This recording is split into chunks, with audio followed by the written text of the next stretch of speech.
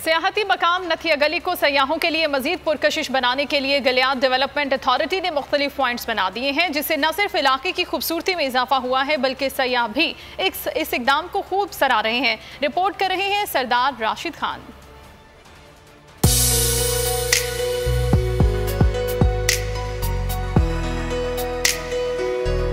सयाहों की जन्नत नथिया गली, जिसे गर्म इलाकों के रहने वालों ने अपना मस्कन बना लिया है। जगह जगह सयाहों के डेरे हैं। यहाँ आने वाले ठंडे ठार मौसम और दिल को मोह लेने वाले नज़ारों से खूब लुत्फानंदोज हो रहे हैं।